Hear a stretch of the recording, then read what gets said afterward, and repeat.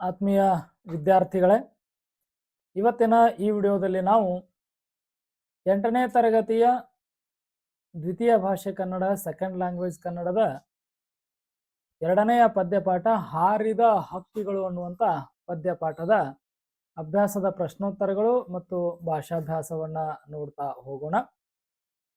ವಿದ್ಯಾರ್ಥಿಗಳೇ, ನಾನು ಇದೇ ರೀತಿಯಾಗಿ ದ್ವಿತೀಯ ಭಾಷೆ ಕನ್ನಡದ 7, 8, 9, 10ನೇ ತರಗತಿಯ ಪ್ರಶ್ನೋತ್ತರಗಳ ವಿಡಿಯೋಗಳನ್ನು ಮತ್ತು ಕ್ಲಾಸ್ನ ವಿಡಿಯೋಗಳನ್ನು ಕೂಡ ಮಾಡ್ತಾ ಇರ್ತೀನಿ. ಸೊ ಅದಕ್ಕೋಸ್ಕರ ದಯವಿಟ್ಟು ನಮ್ಮ ಚಾನಲನ್ನು ಸಬ್ಸ್ಕ್ರೈಬ್ ಮಾಡ್ಕೊಳ್ರಿ, ಹಾಗೆ ಈ ವಿಡಿಯೋನ ಲೈಕ್ ಮಾಡಿರಿ. ಈ ವಿಡಿಯೋದ ಡಿಸ್ಕ್ರಿಪ್ಷನಲ್ಲಿ ವಾಟ್ಸಪ್ ಚಾನಲ್ ಲಿಂಕ್ ಇದೆ, ನೀವು ಅಲ್ಲಿ ಕೂಡ ಜಾಯಿನ್ ಆಗ್ಬೋದು ಅಂತ ಹೇಳ್ತಾ ಈಗ ಸ್ಟಾರ್ಟ್ ಮಾಡೋಣ ಪ್ರಶ್ನೋತ್ತರಗಳನ್ನು. ಮೊದಲನೇದಾಗಿ ಒಂದು ವಾಕ್ಯದಲ್ಲಿ ಉತ್ತರಿಸುವ ಪ್ರಶ್ನೆಗಳು. ಉದ್ಯಾನದ ಗಿಡಗಳು ಹೇಗೆ ಬೆಳೆದು ನಿಂತಿದ್ದವು? ಉದ್ಯಾನದ ಗಿಡಗಳ ತುಂಬ ಹೂವುಗಳು ಅರಳಿ ಕುಲುಕುವಂತೆ ಬೆಳೆದು ನಿಂತಿದ್ದವು. ಬಣ್ಣ ಬಣ್ಣದ ಹಕ್ಕಿಗಳು ಹೇಗೆ ಉಲಿಯುತ್ತಿದ್ದವು? ಬಣ್ಣ ಬಣ್ಣದ ಹೂಗಳ ಮೇಲೆ ಕುಳಿತು ಖುಷಿಯಿಂದ ಬಣ್ಣ ಬಣ್ಣದ ಹಕ್ಕಿಗಳು ಉಲಿಯುತ್ತಿದ್ದವು. ಬಣ್ಣ ಬಣ್ಣದ ಹಕ್ಕಿಗಳಿಗೆ ಚಿಟಬಿಲ್ಲು ಹೊಡೆದದ್ದು ಏಕೆ? ಹಕ್ಕಿಗಳ ಮಾಂಸವನ್ನು ತಿನ್ನಬೇಕೆಂಬ ಆಸೆಯಿಂದ ಸ್ವಾರ್ಥಿಗಳು ಚಿಟಬಿಲ್ಲು ಅಂದ್ರೆ ಅದಕ್ಕೆ ಕವಣೆ ಅಂತ ಕೂಡ ಕರೀತಾರೆ, ಯಾವ್ದಾರ ಒಂದು ಶಬ್ದ ಬಳಸ್ರಿ. ಸ್ವಾರ್ಥಿಗಳು ಚಿಟಬಿಲ್ಲು ಮೂಲಕ ಗುರಿಯಿಟ್ಟು ಹೊಡೆದರು. ಬಣ್ಣ ಬಣ್ಣದ ಹಕ್ಕಿಗಳು ಉದ್ಯಾನದಿಂದ ಹಾರಿ ಹೋದದ್ದು ಏಕೆ? ಹಕ್ಕಿಗಳಿಗೆ ಗುರಿಯಿಟ್ಟು ಚಿಟಬಿಲ್ಲು ಹೊಡೆದಾಗ ಅವು ಪ್ರಾಣ ಭಯದಿಂದ ಹೂವು ಹಣ್ಣುಗಳನ್ನು ಹುಡುಕಿಕೊಂಡು ಬೇರೆ ಕಡೆಗೆ ಹಾರಿ ಹೋದವು. ಹಾರಿ ಹೋದ ಹಕ್ಕಿಗಳು ಸಮಯ ಬಂದರೆ ಏನು ಮಾಡಬಹುದು? ಹಾರಿ ಹೋದ ಹಕ್ಕಿಗಳು ಸಮಯ ಬಂದರೆ ತಮ್ಮ ಮೇಲಾದ ದಬ್ಬಾಳಿಕೆಯ ವಿರುದ್ಧ ಮತ್ತೆ ತಿರುಗಿ ಬೀಳಬಹುದು. ಇನ್ನ 3-4 ವಾಕ್ಯಗಳಲ್ಲಿ ಉತ್ತರಿಸುವಂತಹ ಪ್ರಶ್ನೆಗಳು.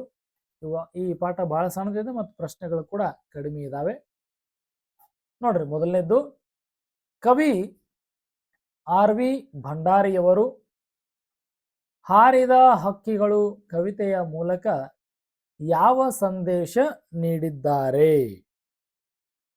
ಉತ್ತರ, ಸಮೃದ್ಧವಾದ ನಾಡಿನಲ್ಲಿ ಸುಖ ಸಂತೋಷದಿಂದ ಸ್ವಚ್ಛಂದವಾಗಿ ಬದುಕುವ ಮುಗ್ಧ ಜನರ ಅಂದರೆ ಶ್ರಮ ಜೀವಿಗಳ ಮೇಲೆ ಶೋಷಣೆ ದಬ್ಬಾಳಿಕೆ ನಡೆದಾಗ ಅವರು ನೆಮ್ಮದಿ ಅರಸಿ ಬೇರೆಡೆ ವಲಸೆ ಹೋಗುತ್ತಾರೆ. ಇದರಿಂದ ನಾಡು ಬಡವಾಗುತ್ತದೆ. ಆದರೆ ಶೋಷಣೆ ಮಿತಿಮೀರಿದಾಗ ಅದೇ ಮುಗ್ಧ ಜನರು ವ್ಯವಸ್ಥೆಯ ವಿರುದ್ಧ ಸಿಡಿದೆದ್ದು ತಿರುಗಿ ಬೀಳುತ್ತಾರೆ ಎಂಬ ಎಚ್ಚರಿಕೆಯ ಹಾಗೂ ಕ್ರಾಂತಿಯ ಸಂದೇಶವನ್ನು ಕವಿ ನೀಡಿದ್ದಾರೆ. ಇನ್ನು 2ನೇ ಪ್ರಶ್ನೆ, ಉದ್ಯಾನದ ಹಕ್ಕಿಗಳು ತೊಂದರೆಗೆ ಒಳಗಾದದ್ದು ಏಕೆ? ಅದರ ಪರಿಣಾಮವೇನಾಯಿತು? ಸ್ವಚ್ಛಂದವಾಗಿ ಉದ್ಯಾನದಲ್ಲಿ ಹಾರಾಡುತ್ತಿದ್ದ ಹಕ್ಕಿಗಳಿಗೆ ಕೆಲವರು ಮಾಂಸದ ಆಸೆಯಿಂದ ಚಿಟಬಿಲ್ಲು ತೆಗೆದು ಗುರಿಯಿಟ್ಟು ಹೊಡೆದಿದ್ದರಿಂದ ಅವು ತೊಂದರೆಗೆ ಒಳಗಾದವು. ಇದರ ಪರಿಣಾಮವಾಗಿ ಆ ಹಕ್ಕಿಗಳು ಉದ್ಯಾನವನ್ನು ಬಿಟ್ಟು ಹೂವು ಹಣ್ಣುಗಳನ್ನು ಹುಡುಕಿಕೊಂಡು ಬೇರೆ ಕಡೆಗೆ ಹಾರಿ ಹೋದವು. ಇನ್ನ ಸಂದರ್ಭದೊಡನೆ ವಿವರಿಸಿ ನೋಡ್ರಿ. ಆಯ್ಕೆ, ಸಂದರ್ಭ, ಸ್ವಾರಸ್ಯ ಈ ಹಂತಗಳಲ್ಲೇ ನೀವು ಪ್ರಾಕ್ಟೀಸ್ ಮಾಡ್ರಿ. ಯಾಕಂದ್ರೆ SSLC ಒಳಗ ಇದೇ ಹಂತದೊಳಗ ನೀವು ಬರೀಬೇಕಾಗ್ತದೆ. ಈಗಿನಿಂದ ರೂಢಿ ಮಾಡ್ಕೊಳ್ರಿ. ಹಾಗೆ ಈ ನೋಟ್ಸ್ ಏನಿದೆ ಇದನ್ನ ಮಹಾಂತ್ ಮುದ್ದಣ್ಣ ಬ್ಲಾಗ್ ನಲ್ಲಿ ಕೂಡ ನಾನು ಅಪ್ಲೋಡ್ ಮಾಡಿರ್ತೇನೆ. ಗೂಗಲ್ ನಲ್ಲಿ ಹೋಗಿ ಹುಡುಕ್ಬೋದು ಮಹಾಂತ್ ಮುದ್ದಣ್ಣ ಬ್ಲಾಗ್ ಸ್ಪಾಟ್ ಅಂತ, ಅಥವಾ ಇದೇ ವಿಡಿಯೋದ ಡಿಸ್ಕ್ರಿಪ್ಷನ್ ಅಲ್ಲಿ Mahant Muddanna blog the link ಕೂಡ ಇದೆ. ನೀವು ಅಲ್ಲಿ ಹೋಗಿ ಈ ನೋಟ್ಸ್ ಅನ್ನು ಕೂಡ ಅಲ್ಲೇ ಬರ್ಕೊಳ್ಬಹುದು. ಬಣ್ಣ ಬಣ್ಣದ ಹಕ್ಕಿಗಳು ಉಲಿಯುತ್ತಿದ್ದವು. ಈ ವಾಕ್ಯವನ್ನು RV ಭಂಡಾರಿ ಅವರು ಬರೆದಿರುವ ಹದ್ದುಗಳು ಕವನ ಸಂಕಲನದಿಂದ ಆಯ್ದ ಹಾರಿದ ಹಕ್ಕಿಗಳು ಎಂಬ ಪದ್ಯದಿಂದ ಆರಿಸಲಾಗಿದೆ. ಸಂದರ್ಭ, ಕವಿಯು ಉದ್ಯಾನವನದ ಸೌಂದರ್ಯವನ್ನು ವರ್ಣಿಸುವಾಗ ಗಿಡಗಳಲ್ಲಿ ಅರಳಿದ ಬಣ್ಣ ಬಣ್ಣದ ಹೂಗಳ ಮೇಲೆ ಬಣ್ಣ ಬಣ್ಣದ ಹಕ್ಕಿಗಳು ಕುಳಿತು ಸಂತೋಷದಿಂದ ಉಲಿಯುತ್ತಿದ್ದವು ಎಂದು ಹೇಳುವ ಸಂದರ್ಭದಲ್ಲಿ ಓದುಗರಿಗೆ ಹೇಳಿದ್ದಾರೆ. ಸ್ವಾರಸ್ಯ, ಪ್ರಕೃತಿಯ ಮಡಿಲಲ್ಲಿ ಸ್ವಚ್ಛಂದವಾಗಿ ಆನಂದವಾಗಿ ಮತ್ತು ಮುಕ್ತವಾಗಿ ಬದುಕುತ್ತಿರುವ ಮುಗ್ಧ ಶ್ರಮ ಜೀವಿಗಳ ನೆಮ್ಮದಿಯ ಬದುಕಿನ ಸಂಕೇತವಾಗಿ ಈ ವಾಕ್ಯವು ಬಹಳ ಸ್ವಾರಸ್ಯಕರವಾಗಿ ಮೂಡಿ ಬಂದಿದೆ. ಎರಡನೆಯ ಸಂದರ್ಭದ ಹೇಳಿಕೆ, ಗುರಿಯಿಟ್ಟು ಹೊಡೆದು ಮಾಂಸ ತಪಸ್ಸಿಗೆ ಕುಳಿತೀರಿ. ಈ ವಾಕ್ಯವನ್ನು RV ಭಂಡಾರಿ ಅವರು ಬರೆದಿರುವ ಹದ್ದುಗಳು ಕವನ ಸಂಕಲನದಿಂದ ಆಯ್ದ ಹಾರಿದ ಹಕ್ಕಿಗಳು ಎಂಬ ಪದ್ಯದಿಂದ ಆರಿಸಲಾಗಿದೆ. ಸಂದರ್ಭ, ಸುಂದರ ಉದ್ಯಾನವನದಲ್ಲಿ ಹಾರಾಡುತ್ತಿದ್ದ ಹಕ್ಕಿಗಳಿಗೆ ಸ್ವಾರ್ಥಿಗಳು ತಮ್ಮ ಮಾಂಸದ ಆಸೆಗಾಗಿ ಚಿಟಬಿಲ್ಲು ತೆಗೆದು ಗುರಿಯಿಟ್ಟು ಹೊಡೆದರು ಎಂದು ಕವಿ ವಿವರಿಸುವ ಸಂದರ್ಭದಲ್ಲಿ ಓದುಗರಿಗೆ ಹೇಳಿದ್ದಾರೆ. ಸ್ವಾರಸ್ಯ, ಬಲಿಷ್ಠರು ಮತ್ತು ಅಧಿಕಾರಶಾಹಿಗಳು ತಮ್ಮ ಸ್ವಾರ್ಥ ಹಾಗೂ ದುರಾಸೆಗಳಿಗಾಗಿ ಮುಗ್ಧ ಹಾಗೂ ದುರ್ಬಲ ವರ್ಗವನ್ನು ಶೋಷಣೆ ಮಾಡುವ ವಾಸ್ತವವು ಇಲ್ಲಿ ಸ್ವಾರಸ್ಯಪೂರ್ಣವಾಗಿ ಅಭಿವ್ಯಕ್ತಗೊಂಡಿದೆ. ಇನ್ನ ಮೂರನೇದು ನೋಡ್ರಿ, ಆಯ್ಕೆ. ಈ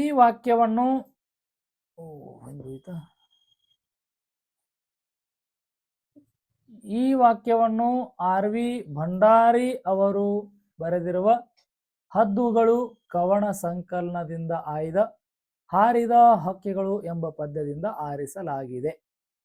ಸಂದರ್ಭ, ಶೋಷಣೆಯನ್ನು ತಾಳಲಾರದೆ ದೂರ ಹಾರಿ ಹೋಗಿರುವ ಹಕ್ಕಿಗಳು ಯಾವಾಗಲೂ ಮೌನವಾಗಿರುವುದಿಲ್ಲ. ತಕ್ಕ ಸಮಯ ಒದಗಿ ಬಂದಾಗ ಅವು ಶೋಷಣೆ ಮಾಡಿದವರ ವಿರುದ್ಧ ದಂಗೆ ಏಳುತ್ತವೆ ಎಂದು ಕವಿ ಎಚ್ಚರಿಸುವ ಸಂದರ್ಭದಲ್ಲಿ ಓದುಗರಿಗೆ ಹೇಳಿದ್ದಾರೆ. ಸ್ವಾರಸ್ಯ, ಅನ್ಯಾಯ ಮತ್ತು ದಬ್ಬಾಳಿಕೆ ಮಿತಿಮೀರಿದಾಗ ಶೋಷಿತರು ಸುಮ್ಮನಿರುವುದಿಲ್ಲ. ಅವರು ಒಗ್ಗೂಡಿ ವ್ಯವಸ್ಥೆಯ ವಿರುದ್ಧ ಕ್ರಾಂತಿಯ ಕಹಳೆ ಮೊಳಗಿಸುತ್ತಾರೆ ಎಂಬ ಬಂಡಾಯದ ಆಶಯವು ಈ ಸಾಲಿನಲ್ಲಿ ಅತ್ಯಂತ ಸ್ವಾರಸ್ಯಕರವಾಗಿ ಮೂಡಿ ಬಂದಿದೆ. ಭಾಷಾಭ್ಯಾಸ, ಈ ಕೆಳಗಿನ ಪದಗಳಿಗೆ ತತ್ಸಮ ತದ್ಭವ ರೂಪಗಳನ್ನು ಬರೆಯಿರಿ. ಸ್ಥಾನ ತಾನ, ವರ್ಣ ಬಣ್ಣ, ಪಕ್ಷಿ ಹಕ್ಕಿ, ತಪಸ್ಸು ತವಸು. ಇನ್ನ ಅರ್ಥ ವ್ಯತ್ಯಾಸ ಅಂದ್ರೆ ಇವು ನೋಡ್ಲಿಕ್ಕೆ ಶಬ್ದಗಳು ಒಂದೇ ರೀತಿ ಅನಿಸಿದ್ರು ಕೂಡ ಬೇರೆ ಬೇರೆ ಅರ್ಥಗಳಿರ್ತಾವ. ನೋಡ್ರಿ, ಗಿಡ ಅಂದ್ರೆ ಚಿಕ್ಕದಾದ ಸಸ್ಯ, ಗಿಡಗ ಅಂದ್ರೆ ಹದ್ದು ಅಥವಾ ಡೇಗೆಯಂತಹ ದೊಡ್ಡ ಬೇಟೆಗಾರ ಪಕ್ಷಿ, ಅಲೆ ಅಂದ್ರೆ ನೀರಿನ ಅಲೆ ಅಥವಾ ಅಲೆದಾಡು ಅಡ್ಡಾಡು ತಿರುಗಾಡು. ಆಲೆ, ಹೌದಾ, ಆಲೆ ಅಂತಂದ್ರೆ ಕಬ್ಬು ಅರೆಯುವ ಯಂತ್ರ, ಆಲೆ ಮಣಿ ಅಂತ ಕೂಡ ಕರೀತಾರೆ ಕಬ್ಬು ಅರೆಯುವ ಯಂತ್ರ ಇರುವ ಮಣಿಗೆ, ಹೌದಾ. ಹಕ್ಕಿ ಅಂದ್ರೆ ಪಕ್ಷಿ, ಅದೇ ಅಕ್ಕಿ ಅಂತಂದ್ರೆ ಭತ್ತದಿಂದ ಪಡೆಯುವ ಧಾನ್ಯ. ಹುಲಿ ಅಂದ್ರೆ ಹಕ್ಕಿಗಳ ಧ್ವನಿ ಅಥವಾ ಮಾತು, ಹುಲಿ. ಅದೇ ಹುಲಿ ಅಂದ್ರೆ ಒಂದು ಕಾಡು ಪ್ರಾಣಿ. ಹುಡುಕಿ ಅಂದ್ರೆ ಅರಸಿ, ಅರಸಿ ಅಂದ್ರೆ ಹುಡುಕುವುದಂತ, ಶೋಧಿಸು ಶೋಧಿಸಿ. ಅದೇ ಹುಡುಗಿ ಅಂದ್ರೆ ಬಾಲಕಿ, ಕಿ ಬದ್ಲಿ ಗಿ ಬಂದದ, ಬಾಲಕಿ ಅನ್ನೋ ಅರ್ಥ ಬಂತು. ಹೂವು ಅಂದ್ರೆ ಪುಷ್ಪ, ಕುಸುಮ, ಪುಷ್ಪ ಸಿನಿಮಾ ಅಲ್ಲಿ ಮತ್ತ. ಹಾವು ಅಂದ್ರೆ ಅದು ಸರ್ಪ. ಇನ್ನ ಕೊನೆಯದಾಗಿ ನೋಡ್ರಿ, ಕಾಗುಣಿತ ದೋಷಗಳು ಅಂದ್ರೆ ಅಕ್ಷರ ಬರೆಯುವಾಗ ತಪ್ಪು ಮಾಡ್ತಿರಲ್ಲ ಆ ದೋಷಗಳನ್ನ ಸರಿಪಡಿಸಿ ಬರೆಯುವುದದ. ಉದ್ದಾನ ಅಲ್ಲ, ಅದು ಉದ್ಯಾನ. ಗುರಿ ಹಿಟ್ಟು ಅಲ್ಲ, ಗುರಿ ಇಟ್ಟು. ಅಕ್ಕಿ ಹುಲಿಯುತ್ತಿದ್ದವು ಅಲ್ಲ, ಹಕ್ಕಿ ಉಲಿಯುತ್ತಿದ್ದವು. ಹಾವು ಹಣ್ಣು ಅಲ್ಲ, ಹೂವು ಹಣ್ಣು. ಈ ರೀತಿಯಾಗಿ ವಿದ್ಯಾರ್ಥಿಗಳೇ ಹಾರಿದ ಹಕ್ಕಿಗಳು ಅನ್ನುವಂಥ ಪದ್ಯದ ಪ್ರಶ್ನೋತ್ತರಗಳನ್ನ ಕೊಟ್ಟಿದ್ದೇನೆ. ವಿಡಿಯೋ ಇಷ್ಟ ಆಗಿದೆ ಅನ್ಕೊಳ್ತೇನೆ. ದಯವಿಟ್ಟು ವಿಡಿಯೋವನ್ನು ಏನು ಮಾಡ್ರಿ, ಲೈಕ್ ಮಾಡ್ರಿ. ನಮ್ಮ ಚಾನಲ್ ಸಬ್ಸ್ಕ್ರೈಬ್ ಮಾಡ್ಕೊಂಡಿಲ್ಲ ಅಂದ್ರೆ ಸಬ್ಸ್ಕ್ರೈಬ್ ಮಾಡ್ಕೊಡ್ರಿ.